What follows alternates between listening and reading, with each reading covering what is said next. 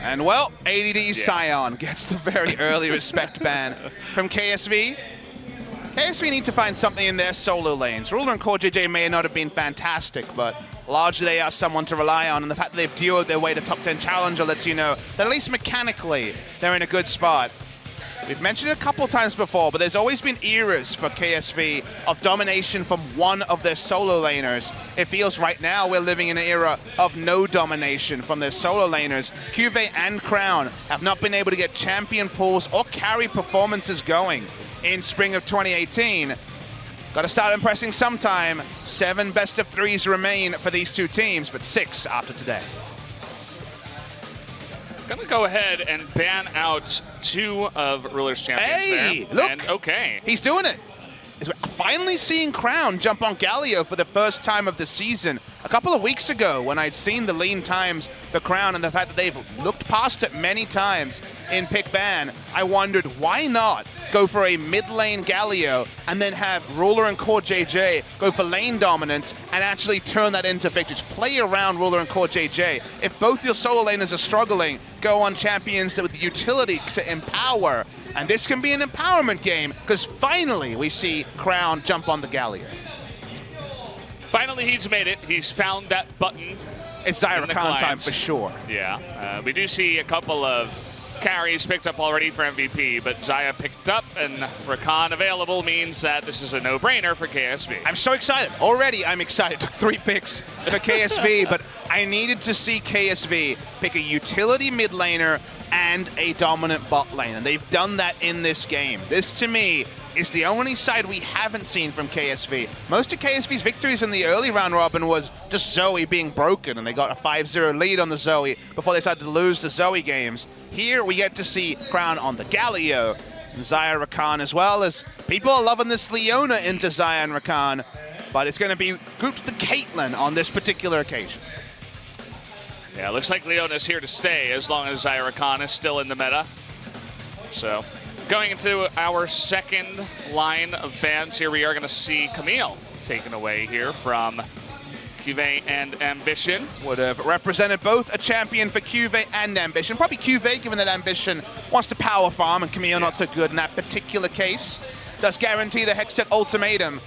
Would have made the most easy to execute comp, and it's another thing that would be great for KSV. It's so easy to play the Camille Galio comps and just go for the wombo.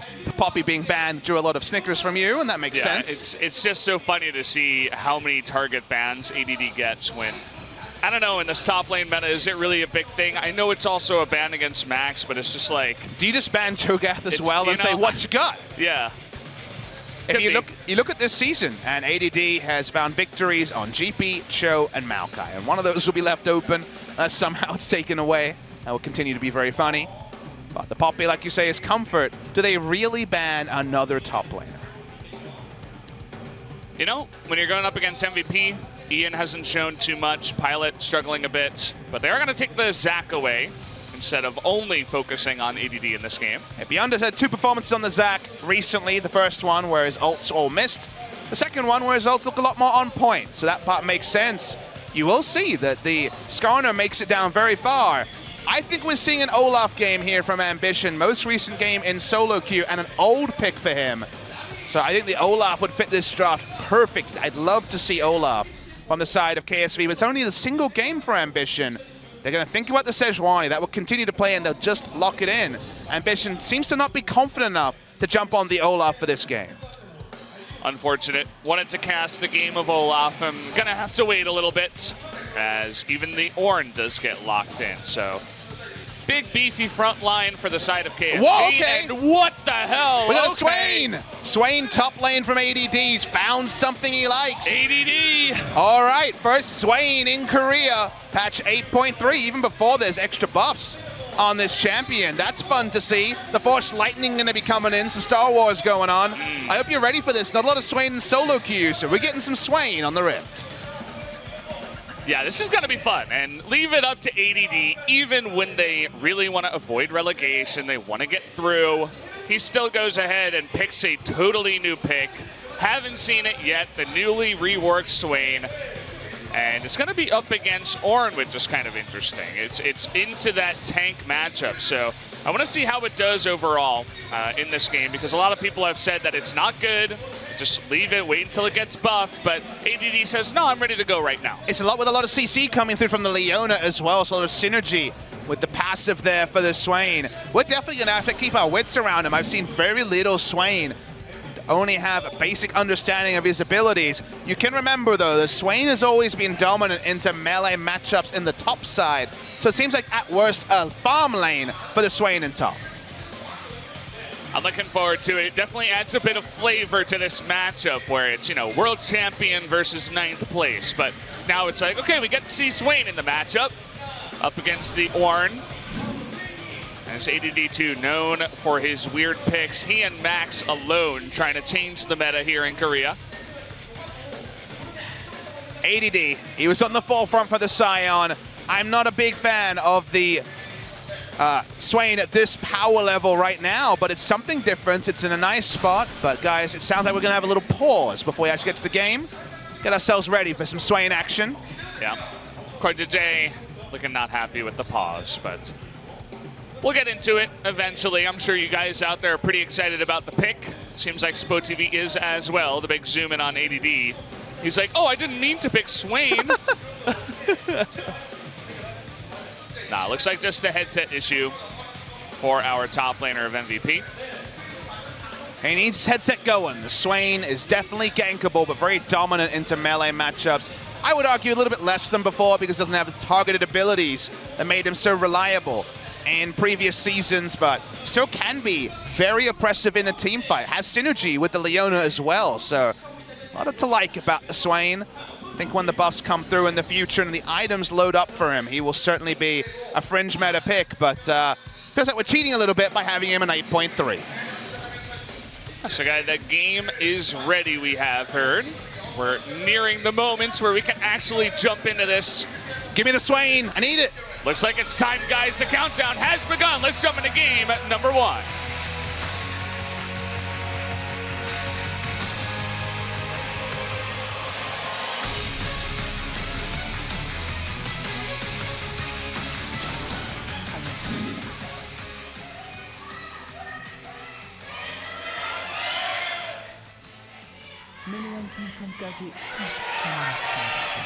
The MVP fans never disappoint, as they are here en masse, alongside the KSV fans. Definitely putting up a fight in the fan cheer.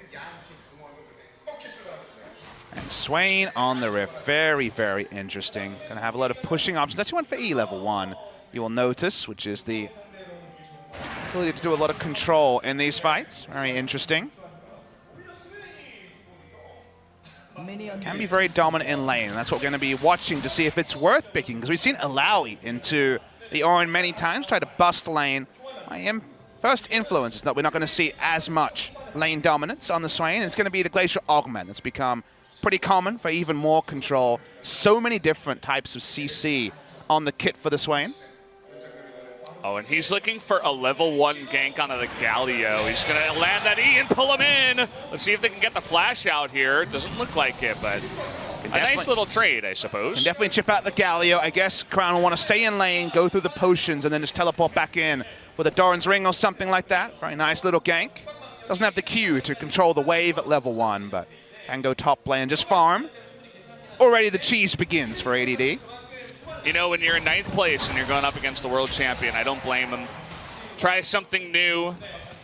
Be interesting to see the solo queue list here for ADD, if he's been practicing this. I mean, once a new champion comes in, all the pro gamers, of course, try it out. They say, oh, is it good? Is it bad? Can we use this? So no doubt ADD has his own amount of practice on this champion. If we plug and play it as lane dominant, then we'll see how that actually plays out. I imagine we're going to see plenty of jungle attention from the Sejuani as the game goes on. Return to the Skarner that has been very lane this week, Valdez. We have not seen a lot of value from Skarner on this week's games. Skarner has heavily struggled. But when you think about where the game is going, a lot of scaling in the mid lane from Ian, a lot of play around initiation from KSV. I remember the last time that KSV played MVP, was Tristana Tarek in the bot side, and super aggression from the duo won them the game. It felt like Ruler and Core JJ, and everyone else was a passenger on the bot lane bus. Might actually be like that again in this game, because they're ready to pile on whenever Ruler hits his item timings. 3 items, Xayah should just take over the game. Ruler certainly looking to return to that form where he can take over games like that. Beyonder actually putting a nice deep ward in there. Not going to take the Spire and let them know where he is. Although he stops his back because Crown comes over and places a ward. Now they're thinking about a gank here. Just bullying Crown. The flash comes in for the stun, forcing the flash out of Crown himself. Okay, getting aggressive here, MVP. I felt the only reason you go flash for flash is if you want to return gank at level 6, because it was never going to be the damage to take down a Galio. So very weird from the Skarner, who usually prizes his own flash over that of an enemy's at level 6. A lot of time put into shutting down the Galio, but he's so safe to farm that I'm not so sure I'm a big fan of the flash there. Seemed optimistic. Ambition himself going bot side, but just coverage, predictably, for Ambition. Yeah, I mean, it's cool. Whether or not it was the right play or not, it's fun to watch when teams like MVP are saying, hey, let's throw caution to the wind and just get in their face, try to ruffle their feathers a little bit. See if we can make them a little bit nervous in the game. I think to justify Swain on patch number 8.3, I want to see a CS lead. Seems unlikely, given that Ornn is just so damn safe on the top side. He's actually losing trades really badly here. You want a CS lead, but actually let's have him be something in the lane first. The reason why I'm such a skeptic of Swain with his current kit, unless the numbers are really buffed up, is that I feel like he doesn't do what he was originally picked for. And to be fair, he was never picked, but at least in solo queue, what he was picked for was to dominate melee champions. He was very strong against melee champions on the top side. And it feels like he does that worse than his previous kit. He has a lot of interesting gimmicks, his ability to have obscenely long range on his W to check brush and also get a situational slow. He has a lot of CC on his kit and goes the Glacial Augment. Guys are wondering at home, we mentioned Glacial Augment. Otherwise, Biscuiteer for laning, the Gathering Storm. Just in case, it is KSV, so I guess Gathering Storm has pretty high power levels. KSV are, next to Jinair, definitely one of our long game teams. Yeah. I want to see the build too, because generally we've been seeing, Sion, Cho'Gath, Ornn in the top lane, all these tanks. Does he go just straight into AP, or does he try to add in some tank items at all? The Catalyst is certainly going to be there, but I think Rod of Ages is what I see the most in solo queue. Again, there's very little competitive play to draw on with this champion. If you think about the team that he's on, it's a pretty high damage team with when the game gets longer, but in the early game, not going to quite be there for the Caitlyn and the Corki, so I think Rod of Ages into situational is probably what I'm expecting from the Swain. Yeah, going to be curious to see what path he goes down. It's always nice to see, first-time champions coming in, because we always have a lot to talk about in terms of their build, in terms of the player, what does it mean? And speaking of players and what it means, Beyond is level 6. That means that perhaps he wants to revisit the lane or go for some kind of gank, as you were talking about. Problem there is that he's level 6. He does have a level lead on Ambition, but he's level 6 with no flash, so he could just die. Well, he's certainly fighting here. As okay, Ambition is going to get a little bit too far forward. Does have the Galio nearby, but he's getting incredibly low. But here comes Core JJ, the first roam coming in. Is it going to be the first blood? Not quite. Finally, the first blood goes over to Corki, actually. Now they're getting up to Crown. That's going to be 2 for MVP. Unbelievable, they turned that around. And the time for the roam was the right timing, Valdez. It's when the flash was still on cooldown from Crown. The ultimate had to be used, and it was always going to be in pretty suboptimal positioning.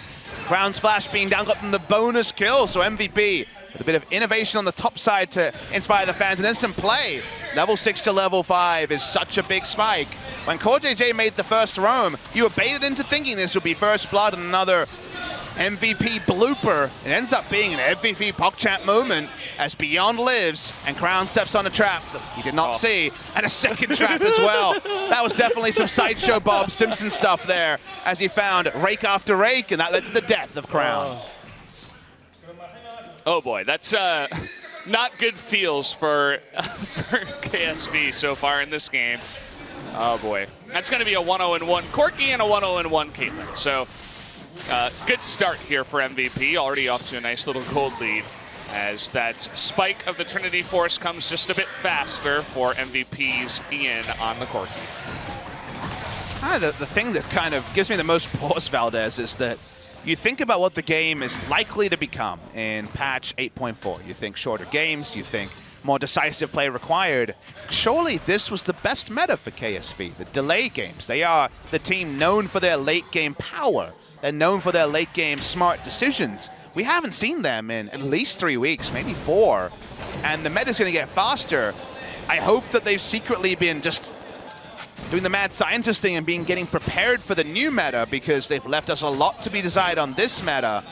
And even MVP looking to profit during the downfall of KSV. Oh boy, they might be in a bit of trouble. They could probably go for Core JJ here, but they don't want to dive. Even with Galio, Crown was actually over at the blue, and the package was on Ian, but they still decide, no, let's take it a bit slower. Even Predator Skarner against Zaya Rakan with everything up is probably not going to happen. So smart to see a bit of control there. We saw the Ravenous Flock be used already in the top side, just for a bit of harassment there for Swain, who, to his credit, is around the 89 CS mark. Demonic Ascension, I should call it. Ravenous Flock's the old name. It's fun. We're learning here as we cast. Certainly, Swain, not something we expected we'd see, but you never know. So far, it's been having a little bit of trouble, as we can see. At least it's catching up in terms of the CS. It's not behind. And there's a situational sustain on the passive that at least makes the trades not as one-sided the way of Orin, but he is, like you say, losing over time. Is a return to the Unsealed Spellbook. We saw the Grasp of the Undying against Gnar that seemed optimistic and went fine until it got turned around on so on in the first series. Guve going the old school build against these ranged top laners with the Unsealed Spellbook. And you wonder, how many games of experience does Guve have against Swain? He's very little playtime in Korean solo queue. I imagine it's not going to see much playtime in scrims either. The only person I've seen say a positive thing about Swain was Smeb, who just had some murmurs of it being good, but Smeb's a troll, so hard to say how much that actually means. Talk is cheap until you pick it in competitive, Smeb. It's true. I mean, he can play all the games of Maokai he wants, but until he hasn't done that lately. I know. Haven't seen too much Maokai overall. Just one of those picks that you see when there's no other tank available.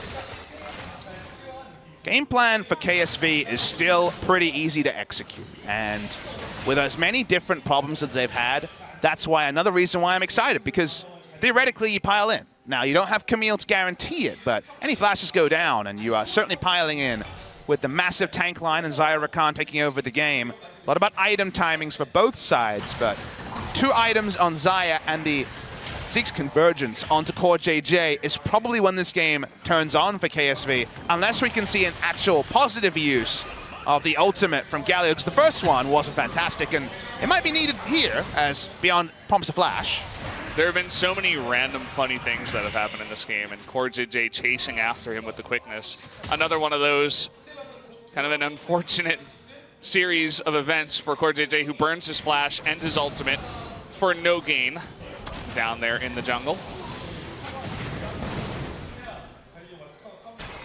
KSV just want to take a pause. They've definitely had a low light moment for this game, but Rod of Ages is done on the Galio. 1 item power spike done on the Orin as well. They don't have a lot of control bot side, so actually making a proactive play to profit off Cuve's lane control over the Swain, as I did see that missed cannon. Sorry about that, Cuve.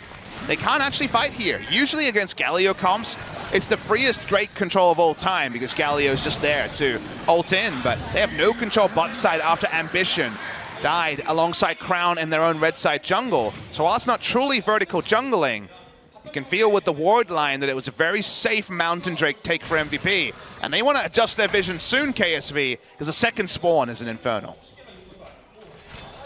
If MVP can get that and get towards this later game, it's going to be pretty intense. But hold that thought, as Ruler might be in some trouble here, forced to burn that ultimate. Maybe want to turn this around, but not quite. Just going to play it safe afterwards. Ruler eating a bunch of damage, and now Beyond is nearby. Speaking of which, turning into a slow 3-on-3 down on the bottom side. MVP still haven't seen our Sejuani coming in. Beyond also unknown. Let's see who they go for. Probably going to be Ruler. They get him just on the edge there. The TP coming in. Is there enough damage to push through, though? Galio rotates first, and Max will go down. Beyond being taunted up here. Now we got a nice little call to forward shot coming in. ADD trying to do something on this Swain. You can see that damage is coming out, and he doesn't lose it.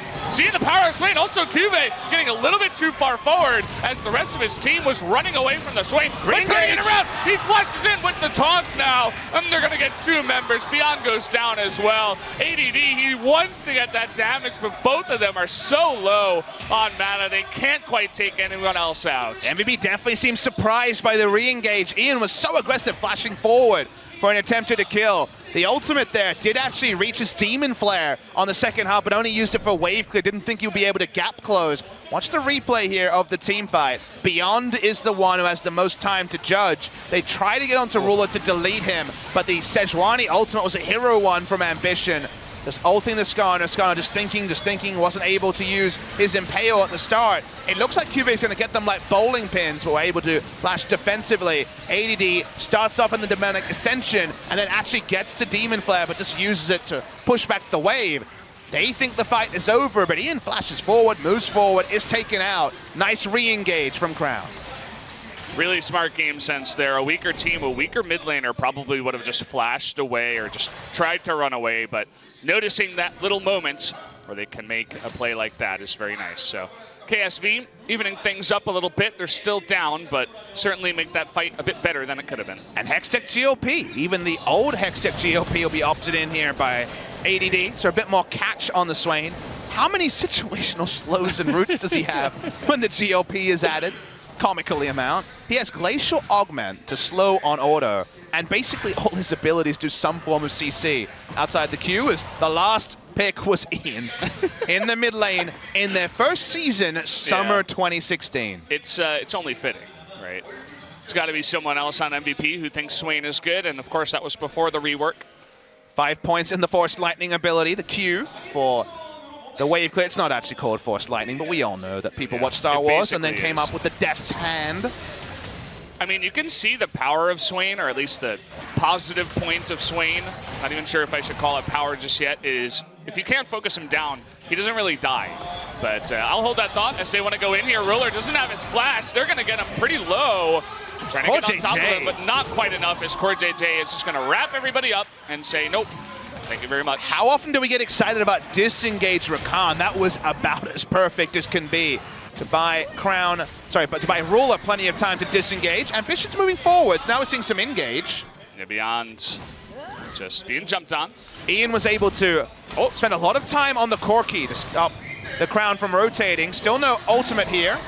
They're going to try to use the Impale just to survive, but that's definitely not going to work, as now Max baited in a little bit. We'll see if they can take him out. Not quite enough damage on the side of KSV, but just one kill going over to them. Ian was able to stop Crown from ulting, so we thought, okay, that's just going to lead to a full-on disengage. They stayed on to Beyond, took him down. Nothing that Max could do to help him out. So that's actually just a free kill over the way of KSV. Still looking for a gold lead this game. They are about 1,000 gold behind their enemies. If you look at the map, you look at the heat map, which you don't talk about that often, do notice that when it comes to the blue dots advanced of the river, Ambition just doesn't play that style. Yep, not really. You can see some of those blue dots just from that most recent gank. Do you think when Ambition started playing, back in the old days of 2011, he was one of those stay in your lane guys? Yeah. I definitely think he was. He was just always stay in your lane, don't roam. This is my place. It's my side of the jungle. Yeah. Game has evolved from there, and Ambition always tries to bring back the passive farming style. One day the Greys will get enough buffs for him to break that out. That is the champion I think of when I think of Ambition's jungle. Beginning of 2017 in spring, we saw a ton of Graves back when it was meta. You could just power farm up and carry from the jungle. Saw Ambition playing a bunch of that, but not anymore. There are better picks now, such as the Skarner. I'd much rather watch a Skarner instead of a Graves. I don't know about you, Papa. I'm with you. I can definitely take that side, but Graves and team fights can be fun. Watching here is KSV going back to their old style, setting up for turrets, and Max definitely didn't see this coming. Max trying to ult onto Pilot, but it doesn't really work that way as he gets out of there anyway. All right, trying to play the turret game has always been one of the power points of KSV. They have the more reliable teleport as well if they want to invest the time of the Orin.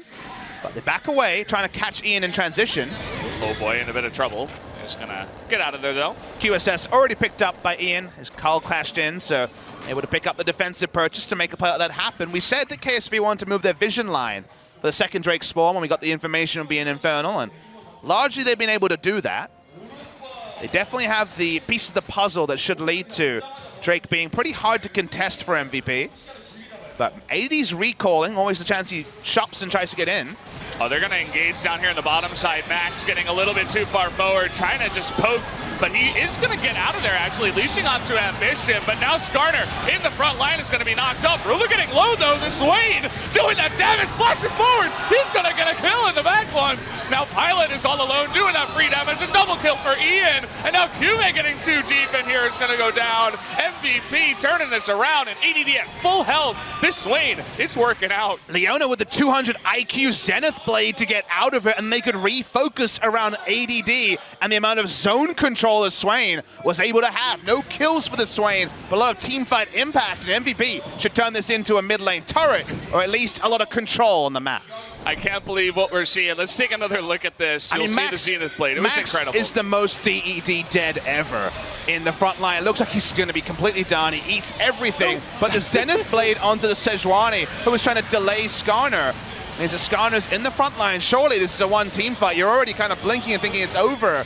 But nobody dies. Even the Skarner lives. And ADD flashing forward may not get a kill, but Ambition and the rest of KSV can't walk past him with all of his zone control and his full health bar, and MVP exit it, not with the Infernal, but with the kills.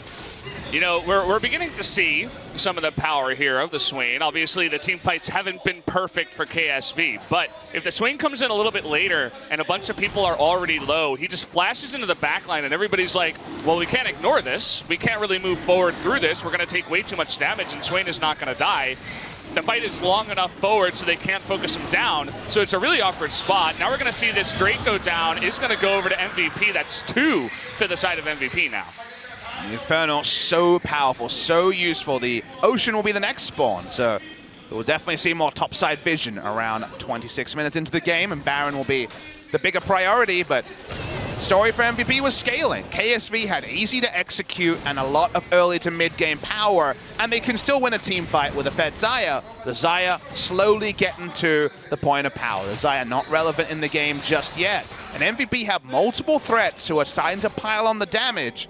Start to wonder with KSV, can they actually pull the trigger? Because once 3 to 4 items are hit on the Corki and the Caitlyn, it's not a Kalista. We've seen a lot of Galio comps against Kalista 2-threat Corki comps, and the Kalista does nothing. Caitlyn will eventually be able to have a lot more safety, do a lot more reliable damage to her front line, and while she's not a true tank buster, she's a hell of a lot better than a Kalista in the inevitable 3 to 4 item fights.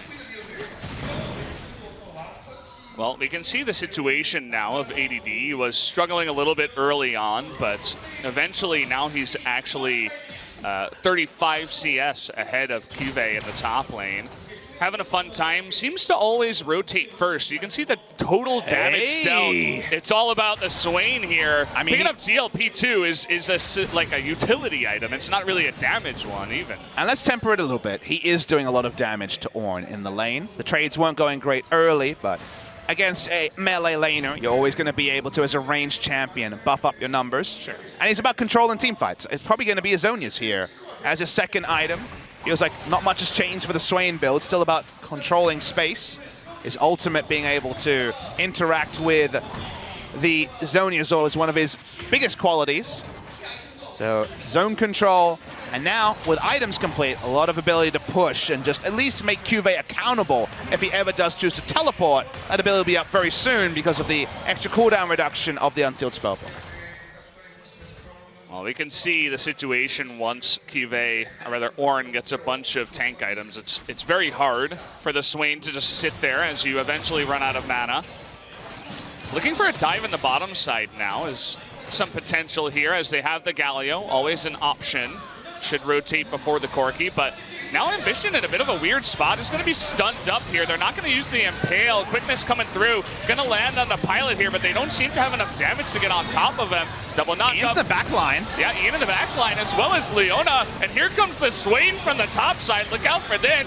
Sun's coming in from Max, but they don't quite have enough. The Blade Caller is going to stun up everybody. As KSV, they just want out. But Beyond was looking for a pick, not going to happen. KSV do successfully disengage. They actually managed to pull QV in, but it's not going to be a kill. Still had the searing charge to get out. They don't have that extra chase. The W so unreliable from the Swain. They have to give up. He's going to push through mid. I liked his positioning in the fight because everything was down, and he said, there's no threat on me to be in the side. Usually a tank still has CC. Try to take down a Corki, not to be there. Again, the items don't have the oomph yet. We don't have Infinity Edge and Rapid Fire Cannon yet for the Corki. Caitlyn's still putting items together, but how MVP's playing out the fights against a pretty linear comp from KSV should be celebrated, and they do have a 2,000 gold lead and the Infernal at 23 minutes. Right Scolari finished up here for Beyond, so we've seen him getting very close to getting a good impale onto someone on KSV, but now this is going to open up new options, new opportunities for our jungler. Basically, the ult change, the big takeaway is it went from the zone control, kind of incremental low damage, but very unkillable Swain into now if you're in the right position in the fight, you can actually get a decent amount of burst on the back end. You're not going to be deleting people, but it does justify the smaller window in terms of usability in a team fight. You get in there, you control space for a while, and then you have an impactful moment compared to before, where you just kind of roamed around as a crow for the entire time, but largely weren't able to actually close out a fight. It was very extended fighting for ADD. The build, as you see, it may not be a Rod of Ages, but very, very similar for the first two items. Imagine the new Haunting guys into Leandri's might be for him in the future patch. There are a lot of buffs for him at 8.4, so honestly, I was definitely not prepared to expect a Swain pick this week. Swain next week, an outside chance this week. Seems like just trying to play with the unknown against KSV and try to hit them while they're down. They seem to have cemented on a comp they like KSV and MVP, trying to throw into disarray. Yeah, and surely after some of the success we've seen in this game, will be in the back of everybody's minds for the future here for 8.4. Thinking about going on to Ambition, not going to work. He's quite tanky at this point. No QSSs yet on the side of KSV. So the moment that we hit 3 items on the Corki, even the Galio becomes an outside chance at being someone you pull in and try to delete. Speaking of deletion, what a nice damage. The Swain really cannot deal with the tanky Ornn in lane. You say tanky, he's pretty obnoxious already with the Warmogs. Yeah. He just disengages the Swain damage and comes back in at full health, such as Warmogs. So that's a real question. You know, the Swain seems pretty good in team fights, but not really holding his own, and it allows QV to push it in and go for the first rotation towards mid. We'll see how this affects later fights. You do see this game and wonder if after the buffs on 8.4, how does he deal with Sion? Because old Swain against Sion will probably be fine. New Swain, we'll wait and see. Okay, we are going to have a fight here. Beyond is going to get onto the Saya here. Isn't going to be enough damage. Featherstorm coming in, but actually it's going to be Skarner that goes down first, but they get Ruler in the backside. Tons of DPS taken away. Now a very low Sejuani is finally going to be taken out. Crowd has to flash away. Swain comes in kind of funnily at the end here. He wants to cast his ultimate, but he can't. Wants to look really cool, but a nice little fight there for MVP. Definitely a win. A lot of control for the first part. No Demon Flare value, but no problem. Specifically getting the assassination on Ruler. It's to protect the MVP strategy against MVP, and they get the hook again. Yeah, just running straight at the Swain. Generally not a good idea, as with the help of Ian, can definitely do a bit more damage. So it's looking better. It really raises questions like what's going on the side of KSV. They're not looking too good against this comp. So we say it's easy to execute from KSV. They roll in. The ultimate from the Sejuani just used to interrupt at the end here. We're watching the replay. Ult used onto the Leona. Galio comes in, but you need to peel for Rule. He gets assassinated by Max and a rocket coming through from Ian in the back line. They seem very unfocused after the initial wombo.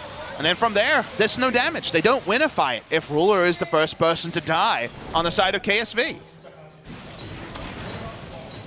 Yeah, You can see Crown, he's going AP, but at the same time, you definitely need that consistent DPS from your AD carry. And just a nice job done by Max, and not enough peel on the side of KSV, who slowly losing fight after fight are beginning to lose control of this game. Now down 4,000 gold in this one. Good news for QV though. He's gone for the 8.4 special in the Banner of Command, and Swain is going to have Struggle Streak to try and answer that in the side lane. So that's another place where they'll be able to find a little bit of chip advantage, promoting a minion. MVP do start over the Ocean. They already had the first 2 Drakes of the game, and the Elder Dragon win condition will be a 4th spawn before 35 minutes. Second Mountain is going to be the 4th Drake of the game. Ocean Drake this late, not the greatest, but it's okay for the Swain, I suppose. Leona will be holding everything she has to try to find a way to take down the Xayah. 3 items now complete. The Zeke's convergence complete for the damage amp. This is where KSV's comp is strongest. They have a lot of burst damage on the Galio. They have a Xayah who should be, again, should be safe at the back of a fight. It should be plenty of Wombo in the front and tanks to be able to peel for her. But already, you wouldn't give a pass mark to how they've played around Ruler in the early game. This is the moment where you have to really inspect closely, because this is theoretically what KSV drafted the comp for. This level of power at 29 minutes. First rotation coming in from Kive, gonna get 3 knockups in the back as they try to take out this mid-tier 1. Looks like they will be successful in that play. Swain top lane without teleport, and the Corki bot lane happy to pick up a turret. So turret for turret, mid lane turret is definitely the higher priority, but all outer turrets are down now at 29 minutes, around the 30-minute mark. KSV theoretically have a champion select that benefits in these longer lanes because they have so much catch and also the ability to rotate quickly with the Galio. But if you look at the vision line, it's pretty even. Very defensive vision line for both teams. The only advanced ward we have is the River Ward top side for ADD. Placed around the Swain. Baron damage on this team with double Infinity Edge cannot be trifled with. So you wonder how long MVP will take to start the objective. Look at what they got with the trap set up from Caitlyn, too. They've got a decent amount of pick themselves, and certainly denying all the vision and randomly turning onto Baron here as they just have... look at the traps in the Swain in the front. It's so hard to get through this. And Max is so tanky. They don't know that this is so low already. It's gone. See you later, Baron. Okay, that's going to go down. Nice little play. And now they're looking to get onto Cube, who's forced to flash out of that one. Not good looks on the side of KSV. They give up a big objective. And now MVP going to look to make it work down the mid lane. And we're hyped about MVP's Baron control. That was excellent from them. There was no indication of Beyond looking on the patrol for the Impale. They had done so much damage to Baron. KSV completely out and done by the smart move from MVP. And suddenly, the great escape, the great unlikely result for MVP is seeming likely. It's only game one. It'd only be a game one victory, but yeah. I don't feel like KSV's comp gets stronger and stronger. Now, you find a way to stun up both Ian and Pilot, you can still win, but their summoners are up, the Baron is claimed, the items are rolling in for the hyperscaling mid laner and bot laner, and it doesn't feel like KSV found a similar bounty to hang their hats on. Yeah, and you talk about sniping out the two carries, sure, that will be the main goal, but then you have this third kind of unique pick in the Swain.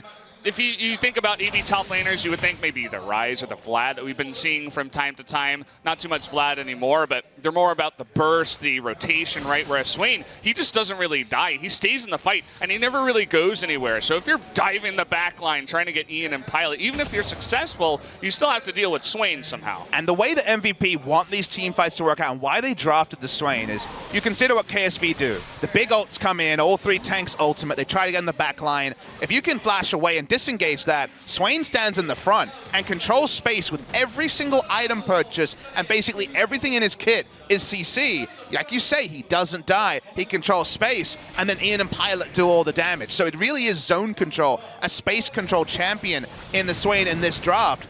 Now, disengaging this much engage, it's not a trivial thing, but if the first burst rotation, the Galio Hero's entrance, doesn't shut down Pilot or Max, you're right, ADD in the front line might be enough to buy space for Corki and Caitlyn to prosper. So they're going to send 4 members down here looking for this bottom tier 2. Swain versus Ornn up in the top side. Haven't really got a look at that. You're seeing what Corki can begin to do already here at 32 minutes into the game. Just poking down Ambition. Does have the Warmogs, but has that power. Double Knight's Vow in the 4, and ADD finally the trades, not as one-sided the way of the Ornn. Where there's a will, where there's a hope. The Void Staff coming in will only help. Yeah. But MVP, they walk back in. They have very powerful carries and the damage reduction on both.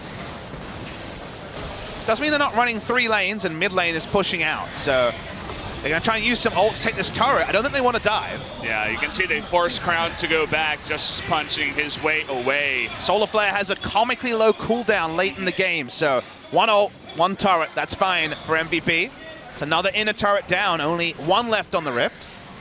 Yeah, Pilot on the Caitlyn, certainly another nice pick. You have Corki in the mid lane here, doing some damage in the front. He's gonna flash forward, trying to get onto that Swain. They burst him down. That's what they needed to do. They finally are able to do that. That's gonna be 2 kills and make it 3. KSV finally making a stand against MVP. For so long, they have been unable to find the Wombo. It may not be onto the carries, but the entire tank line is down. The Swain could never interact in the fight. Even through Merc Treads, the CC bar meant that he could not use Zone Use. He could not use his ultimate. No space control. KSV want to break the base from those 3 picks. Never even got a chance to Zone Use in that one. Wasn't a mistake, as you mentioned, was just CC'd the entire time. That is what they have in their composition. So now, finally, KSV finding a foothold in this game, looking for some more turrets and perhaps a Mountain Drake of their own on the back foot. Breaking the base, difficult to do when the 280 carries are alive and your initiation ultimates are all on cooldown. So the threat from the tanks is much, much lower. The fallback Mountain is not an Elder. Would probably prefer to be able to pick that one up on the backside even without any buffs, but the Mountain's a Mountain. Also delays the time in the game when the Elder spawns. It's going to be a pretty late spawn in 40 minutes and 35 seconds, so unlikely to play too big a factor. Consider that they're pushing up with the Dregs of Baron, Swain in the front line. It felt pretty low percentage they were going to get any real turret damage. They were definitely not going to break the turret, so the positioning there from MVP, highly questionable. They could have taken the last free objective in the top side and there would not have been that level of contest. Swain in the front line was perma-CC'd and they got no value from him, and then the DPS duo had to just abandon their tanks. There was nothing they could do. So MVP still ahead in this game, about 6,000 gold, and it is getting later and later. So continuing with the push, looking for this top lane, but I think they have to play a little bit more carefully, especially after seeing the ability of KSV to just collapse and destroy their entire front line. Ian and Pilot both used their flashes throughout that fight, and that means that their safety from the hero's entrance and the other initiation tools is much lower. Well, let's see if they can actually play their flanks, if they can actually incrementally move forward. Largely their Baron in this game was the thing that has opened up a pretty big lead. Outside of that, they have definitely struggled to interact. And look, they have a lot of experience in closing out games. They only have 3 match victories. Their 2 wins over BBQ were both very, very clean, but something weird between BBQ and MVP. Always is that MVP victory. They go back to playing the silent, something they didn't do before. And getting that last outer touch would be the easy objective. The Baron in 1 minute, though, and the setup around it will be the thing to inspect, as right now, Skarner and the side of MVP control the river. Yeah, we're going to have some nicely timed recalls out of the bottom lane here of MVP. Just going to pick up some control wards, it looks like. If ADD is not killed instantly, he has so much CC and zone control, and it's 4 items on both Ian and Pilot. They both do unbelievable damage. They do super amounts of damage on the side of MVP. But didn't count for much when Swain couldn't control space, and they could definitely lose this game with those 2 members staying at 1 death between the 2. So they've already seen that before. Again, because it's not Callisto, the Callisto comps against this comp has happened many times this week, we do rate the tank-busting ability of Caitlyn and the Corki higher. It's double Infinity Edge compared to the situational items from the Callisto. Baron has spawned. KSV, that's what always happens. You always have this tussle for vision. Right now, KSV control the pit, but the control wards are back for MVP. You can see ADD getting the advantage in the push bottom side. They might look to collapse here. see what they can do. Package right now on Ian. Definitely somewhat of an engaged tool, although sometimes it will bait you into going too far. That's the Corky for you. We're here at 37 minutes. He's lucky that the E there, the Battle Dance, actually stopped the last auto from registering. Otherwise, it would have been a 300 health. Ambition just jumped the wall, but look at this. ADD from behind, a huge flank, and Orin is late. That's going to be a big wombo combo here. Isn't enough damage. Ruler trying to get away, and in the end, he will. ADD just trying to zone everybody out. Flash forward, there's that Swain damage, but it's not quite enough to kill anybody just yet. They get one guy in the front. It's going to be Crown going down, and eventually Ambition. They make their way through that tank line. 2 kills for MVP. It doesn't even matter that they don't have burst damage on the back end. ADD zoned so many members that you knew that at the same time as him getting the back line, Ian and Pilot were able to DPS down the front line. It still works. It gets them the Baron. Well executed by MVP as Ruler felt super low at the start of the fight. He does not have the ability to escape and was impaled through all of it. Let's watch the replay to fully understand. Ambition jumps over and MVP say, okay then, well, let's go for this. They roll in, watch Ruler. Remember, he's the one that needs to be able to find safety to auto. That's what all the tanks are for. He's out with no health, and ADD zones 4 people as there's nowhere for Crown to get out, and that's all ADD needs to do. There's no threat on Ian, there's no threat onto Pilot, there's no problem for MVP. Fantastic combination between Beyond and ADD, just never-ending CC. That last never move onto the Xayah just made it so she had to eventually disengage and say, no, I can't fight anymore. And now everything's burned. We got the heal and the flash off of Xayah, and the Baron went over to MVP. Definitely things not looking so good for KSV. They're going to have to pull off another miracle defense here and try to break through that front line somehow. And as the game goes on, the Ravenous Flock, the passive for the Swain that allows him to actually CC the enemies towards the pull, if you will, it gets down to a very low cooldown. It starts at 12, ends at 6. By the end, Leona's going to have a second round of spells, and then the tug comes through, and suddenly there are extra people to be taken down the front line. And it doesn't seem like, understandably, KSV have a lot of experience playing against the Swain. He controls so much space. He's done unbelievable amounts of largely meaningless, but still zoning damage. Yeah, it's like when you got a Teemo on your team and all the mushrooms hit everybody, and he's got like 50k damage, but it's not actually doing anything. But as you mentioned, it's just zoning, and he's somehow doing more damage than the 2 carries. If they had a low damage mid laner, it wouldn't work in this comp, but they have so much damage in Corky and Caitlyn that just controlling space is the only brief fade. It's why with the blasting one, he didn't go for a voice stuff. He needs a Banshees. He needs more of this off-tankiness. Is once again Ambition. He just does it again. He tries to go in there. He's going to be locked down, but Max is going to be destroyed by Ruler. CoreJJ makes it out of there as well. This time Ruler has so much room, but they're going to take out Crown. They're going to win. Pilot in the backline is just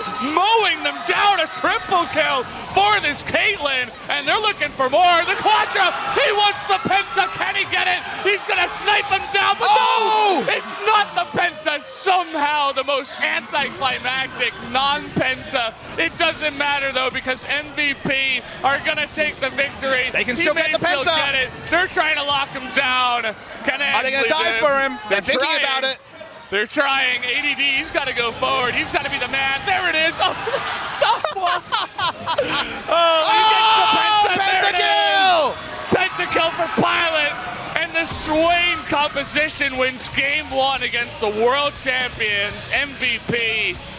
What the hell is going on, guys? I don't even know. What a game win, and the pentakill actually happened. He kept baiting, it wasn't enough, and everyone is smiling. You have to love the inventiveness. It seemed like just a pick to go in with 8.3 last match on the patch, but it was so useful in the end to control space, and by the end, you saw the damage from Pilot. He was a one-man wrecking crew. He certainly was. He had just so much room to work with. Swain and Leona in the front line is like, you're just never getting on me. Even though Ian, he had to get out of there for the majority of that fight, he still did supportive damage, and it was all the Pilot show. Head in hands here and question marks above every single person on the side of KSV. You would not have prepared for this Swain pick, and KSV, understandably, just were not expecting it. They were not respecting it. By the end, their comp was outscaled, and when they were strongest, they couldn't find advantages because they botched some of their engages. I asked for the Galio comp. Maybe I shouldn't have. The execution on some of these plays, I love how this plays out. So you watch it at the start, and you think, okay, someone dies, it's over. But Leona's dead. The re-engage when the ult is gone is so good by the side of MVP. And then how much is there on Pilot? Does he ever lose his overheal shield? The answer is no. No threat on him. Able to flash in aggressively. Opts into the Blade Caller because he knows he'll be fine. Core JJ lives by the hair on his chinny chin chin at the start, but he goes down anyway, and MVP looking for that upset, Valdez. What a game. Not what we were expecting here between these two teams, but they make it work. Beyond having a good game on the Skarner, too. Want to shout out him as well. But either way, guys, we're going to go to a quick commercial break. We'll be back with an exciting game, too.